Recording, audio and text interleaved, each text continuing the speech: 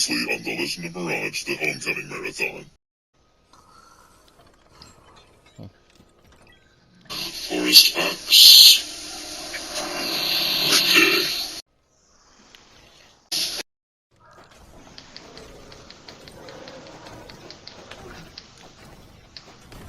Are you saying to me or someone else? To you. Oh, thank you. So if it keeps going up by 7...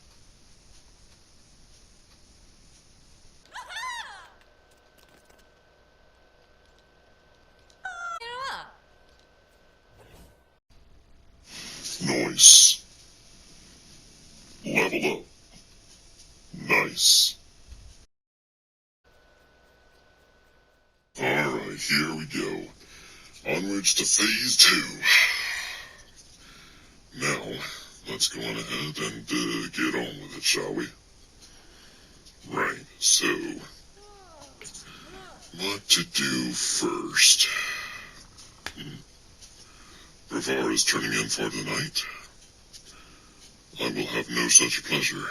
I'm going to go on ahead and take on some responsibility and see what I can do. Because this base needs some sprucing up, some beefing up. I need 1 more plank, 5 more rods, and 1 more wolf claw in order to make a spinning wheel. And that is going to help out with ranged weapons for a while. Alright, so it looks like I just about leveled up just then. So, getting 5 rods. Okay, so there's a skeleton up there. I'm not sure exactly what direction that is, but it's up there. Okay, so I have got 3 rods completed so far. 2 more to go. Okay. This is about the point where I would say that I would skip forward, but as it is, this footage in particular is about 20 minutes and 56 seconds, not counting the previously on segment, which may bolster up the time a little, but probably not significantly enough to really warrant getting a skip section in. But if it does, then I guess you'll know, because I'll have already skipped forward, right?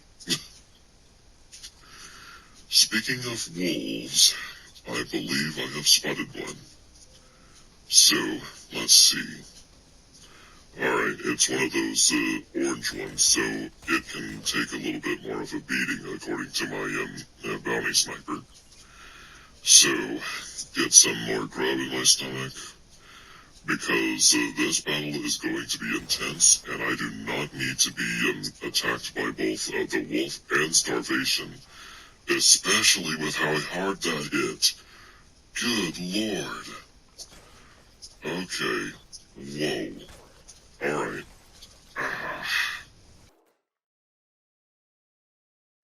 Wow.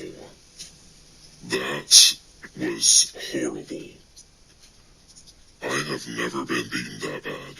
At least I don't think, anyway. It's been a while, anyway. Oh, jeez. Okay. Let's get back to that base and see if I can't pick up the broken pieces. I think it was pretty close to the cave where I come back to Happy Camp, but I could be wrong. So, let's see. Alright. Gotta wait for this to pass. Here we go. Alrighty.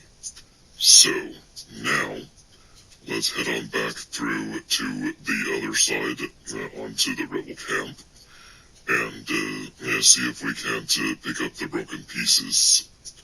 So,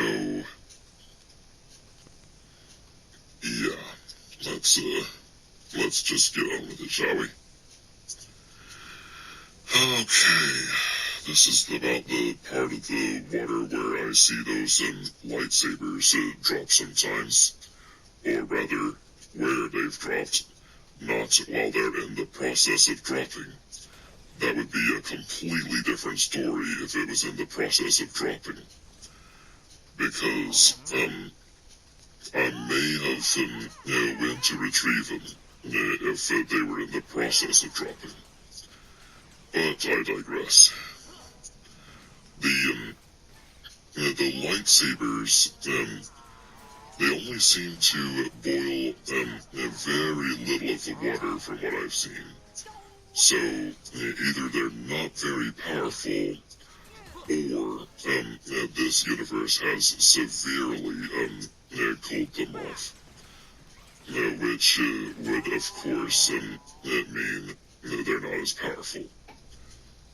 Because last I checked, lightsabers are some of the hottest weapons that you can get a hold of. So, it would make sense if this universe made them weaker.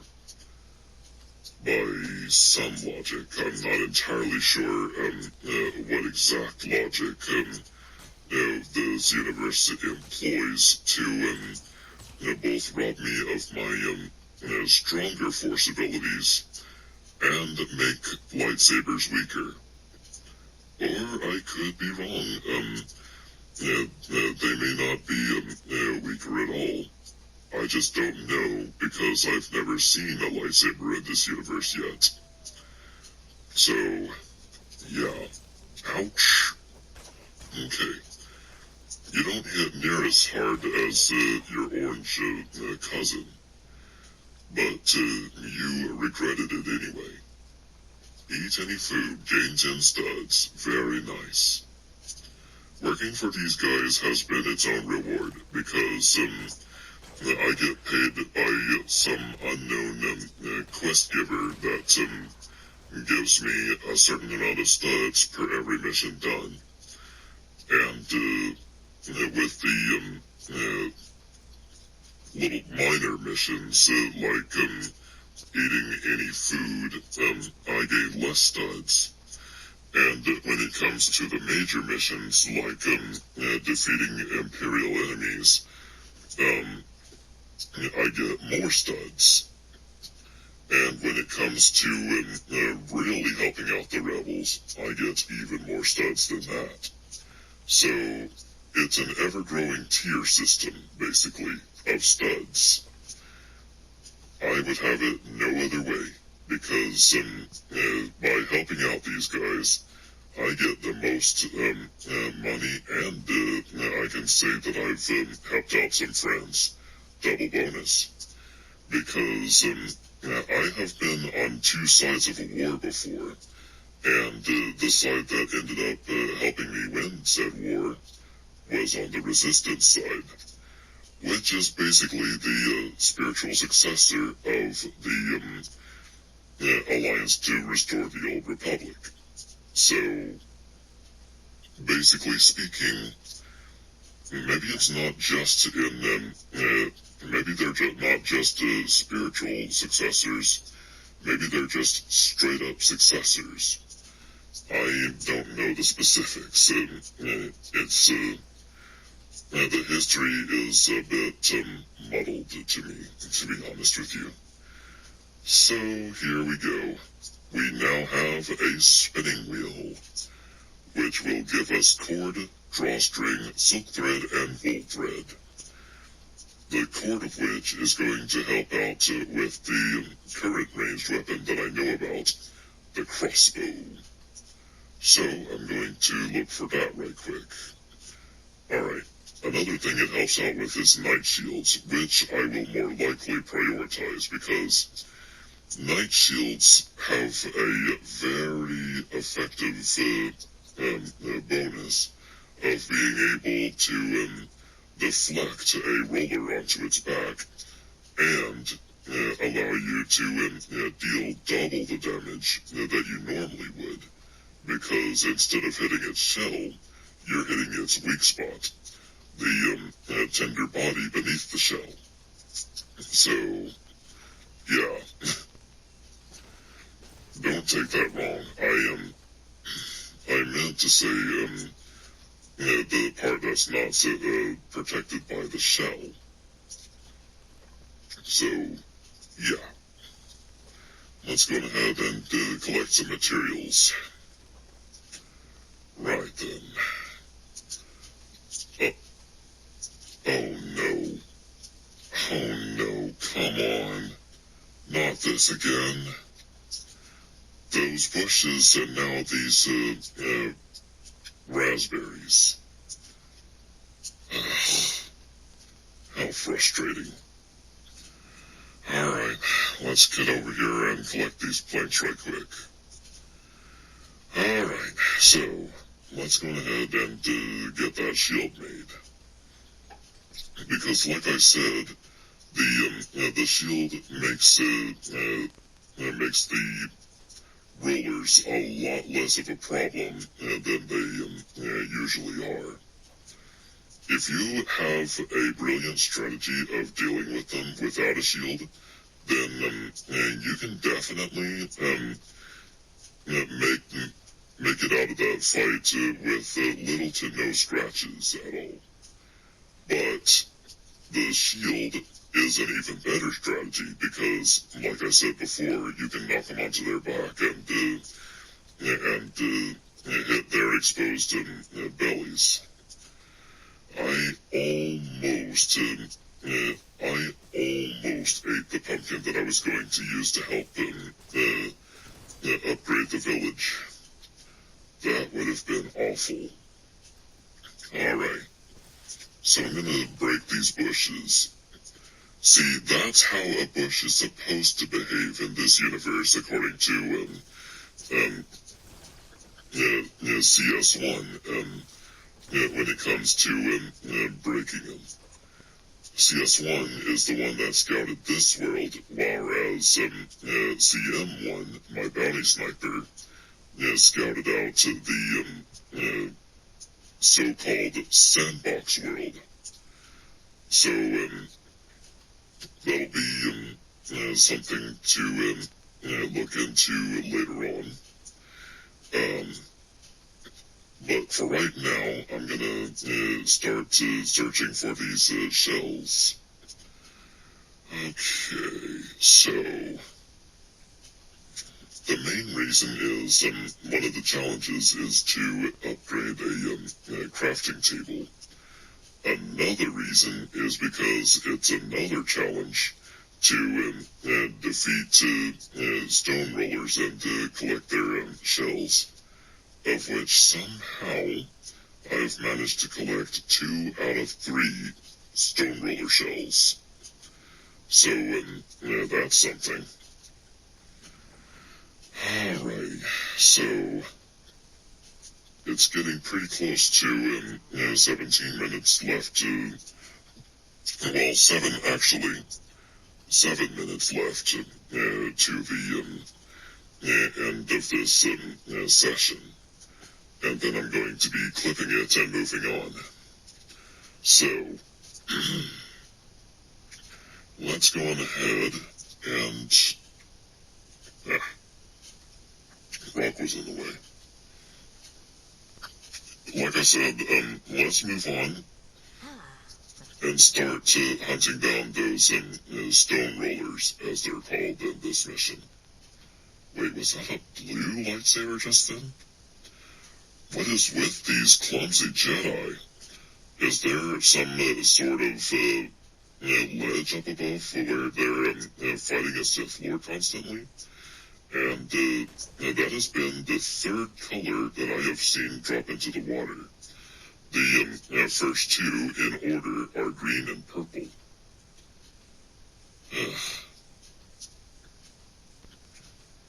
The Jedi of this universe really confuse me. They are nowhere near as competent as the Jedi from my universe. Although I guess that would be a good thing, since if I get a bounty on them, that would mean an easier job for me and an easier paycheck as a result. So, I suppose count your blessings, right? Anyway, let's go on ahead and grab all these stones, and if I can find them anywhere within either Happy Camp or the Rebel Base, or just anywhere in general in the grasslands, then really and truly that would be a job well done. Alright. Regardless, I have almost 5 minutes left. A little bit over 5 minutes left, I should say. So, okay, so you can have animals in your village too? Interesting. Alrighty. So, there are 10 spaces apparently, and I'm guessing it's 5 for each. The villagers and the animals. Alrighty, so to get this village up to the next level, I would need planks and granite.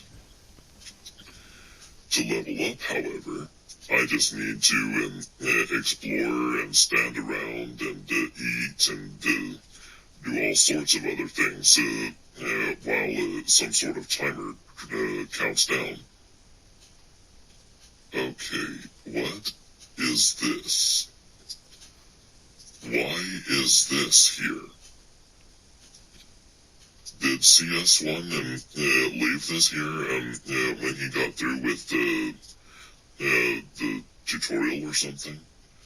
Because I specifically told him that only the tents from the other armies are permissible on base.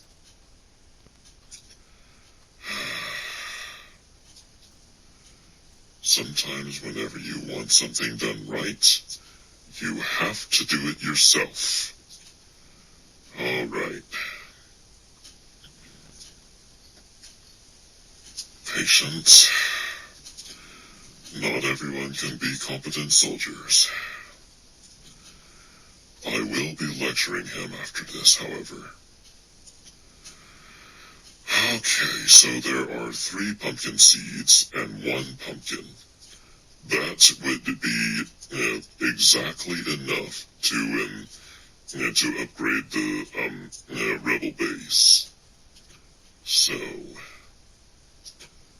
to get a barn, I would need 10 planks. To get another spinning wheel, I would need 8 planks and 5 rods. Everything else is already provided right here. So, let's go on ahead and, alright. I'm just gonna, what to do exactly? That's the real question. Maybe, maybe you already, know that I have fast-forwarded past that point because, it's already been done, obviously.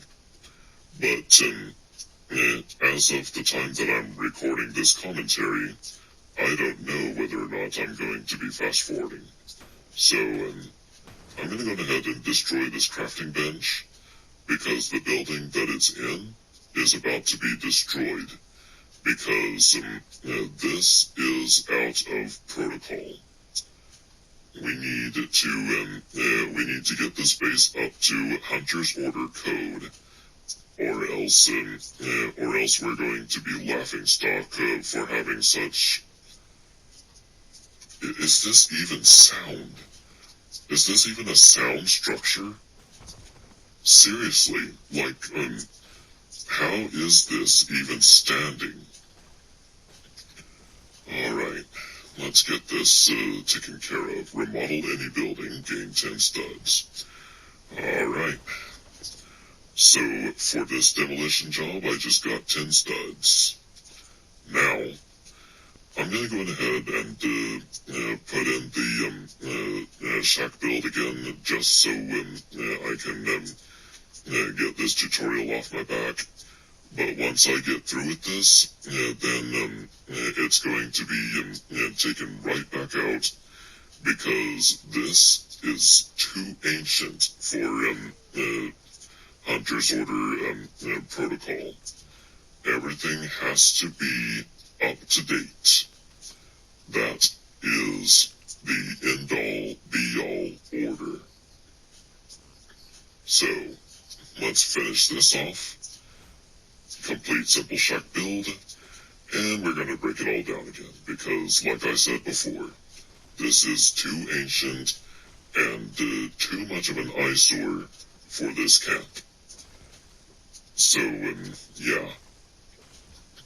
I'm gonna have to lecture CS1 about his, shall we say, memory problem.